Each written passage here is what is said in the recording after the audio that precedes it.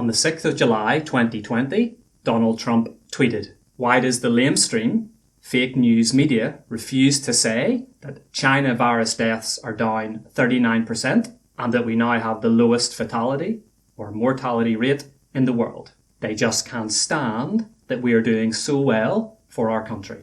A quick disclaimer, I am not an American. I have no political nor media allegiances. What I am interested in is what people say and analysing their words in relation to accuracy, clarity and honesty. As we proceed, we mustn't forget that each death is a family member, a friend or a neighbour, which is why communicating with accuracy, clarity and honesty is so important. We'll break down our analysis of this tweet into 8 sections, which are helpfully timestamped in the YouTube chapters below. First, there are numerous extra words in this tweet which carry no value. For such a sensitive and deeply personal matter, surely the leader of a country should be tweeting facts in a clear, accurate and honest manner. Here's my suggestion to cut through the drivel. Why do some media outlets not report that COVID-19 deaths are down 39%? I am wondering why they have not reported this information. Next, the word lamestream. This is slang used in the US, informal language used to refer disparagingly to the mainstream media. Is that how the president should be communicating about a pandemic? Third up, the extra capital letters. The American president hasn't used capital letters correctly on each of these occasions.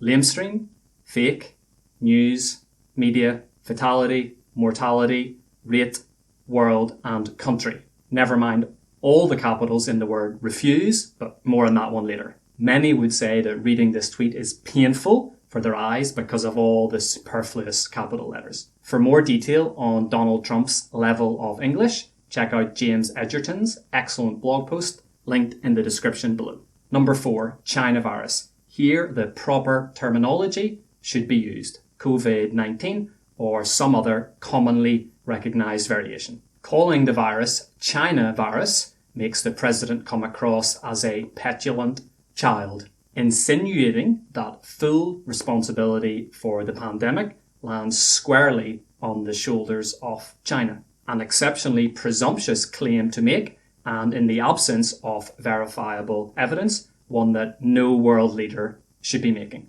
Fifthly, who are the lamestream fake news media anyway? There are numerous media outlets in America and across the world, and it isn't clear who Donald Trump is referring to. Next up, the word refuse. Irrespective of which media are being tweeted about, how can any one individual know the intentions of all media firms? In why or why not they do or do not report certain information. Regarding the lowest mortality rate in the world, here the president is probably speaking about the US supposedly having the smallest number when you take the amount of deaths and divide by the number of COVID-19 cases. Let's take a quick look. As of 13th of July 2020, and according to Johns Hopkins, linked in the description, the USA has a mortality rate of 4.09%. The mortality rate in Brazil is 3.87%.